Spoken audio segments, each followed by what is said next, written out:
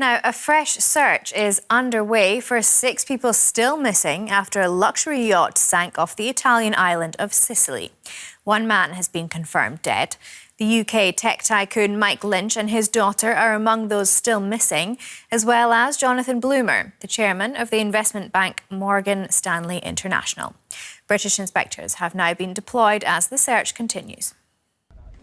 A day after a super yacht capsized here, Italian rescue teams continue their search for the missing.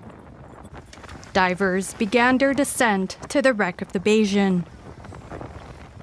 The British-flagged yacht had 22 people on board, including one of Britain's best-known tech entrepreneurs, Mike Lynch. Italian media says Lynch was celebrating his recent acquittal in a massive U.S. fraud case when the yacht was caught in the storm. Lynch is among several still missing. 15 survived. The captain of a nearby boat says he found them on a life raft. 15 people inside. 4 people injured, 3 heavy injured. Yeah. And we brought them to our ship. And then we communicated with the Coast Guard, and after some time the Coast Guard came, and later they picked injured people. Among the survivors, a 1-year-old child and her mother, who were rushed to hospital. The mother explained to us that it was a, shall we say, corporate holiday, in the sense that many were work colleagues. The survivors are very tired and are constantly asking about the missing people. Rescue divers faced many challenges in accessing the deep waters. They continue to search in 12-minute shifts. The biggest difficulty is getting into the ship. Once inside, we can follow the path and begin searching room by room. As they set out once more, a bouquet of flowers thrown in by a local fisherman in the memory of those missing floats at the site. Well, for more on this story, let's bring in Matthew Cappucci, meteorologist and atmospheric scientist. Matthew, thanks so much for joining us here on DW. There are reports that the yacht was hit by a waterspout. Can you explain this phenomenon for us and how it strikes with almost no warning? Yeah, most definitely. So a waterspout is a tornado over water. That said, I'm not fully sold on it being a waterspout, and here's why. We'll do some forensic meteorology.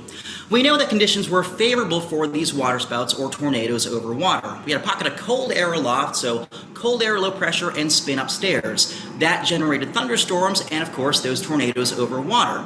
But the cell, the thunderstorm complex that actually hit the boat, also contained very strong straight-line winds. So either it was likely a waterspout or strong winds gusting to hurricane force. Regardless, that sudden change of wind, where you get gusts upwards of, say, probably 110, 120 kilometers per hour over a sudden window, was enough to unfortunately capsize that boat and cause the issues. So while conditions were favorable for waterspouts, we can't necessarily be sure, and radar at the time was down.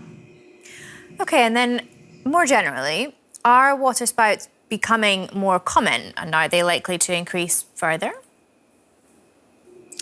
So waterspouts actually come in 2 different varieties. One is like the garden variety. We call them fair weather waterspouts, essentially little whirlwinds over water that form on ordinary sunny days beneath a developing cloud, little swirls near the ground that get vertically stretched. The one you're seeing on screen right now is a tornadic waterspout, a true tornado over water that has tornadic wind speeds. Now, both feed off warm water temperatures. The more warmth in the water, the more upward lift you get, and the stronger the vortex you can get. We don't actually see there's an increase in the number of tornadic waterspouts. There's a chance that warmer waters might lead to more fair weather waterspouts. I do think this one, however, was probably a tornadic one, so there's not quite as strong a link. And what kind of role does climate change actually play here, if at all? I'd say minimal. You know, if we're talking about a big scale storm system, like for example, a hurricane or something like that, or a heat wave, they would be easier to connect to human induced climate change. In this case, however, we saw that at least 18 waterspouts did form on this particular day. It's the warm season, it's August, we're in the Mediterranean Sea, it's Italy, so you get waterspouts this time of year pretty typically anyway. I don't see any link with waterspouts. There's a very slim chance we could try to connect, fair weather waterspouts and warming water temperatures. That said, in this case, it was just a tornado over water. And so this really was kind of a freak event, and unfortunately one that was, for them, very difficult to plan for. Mm-hmm. Well, Matthew Cappucci in Washington, thank you so much for your analysis there. Thank you.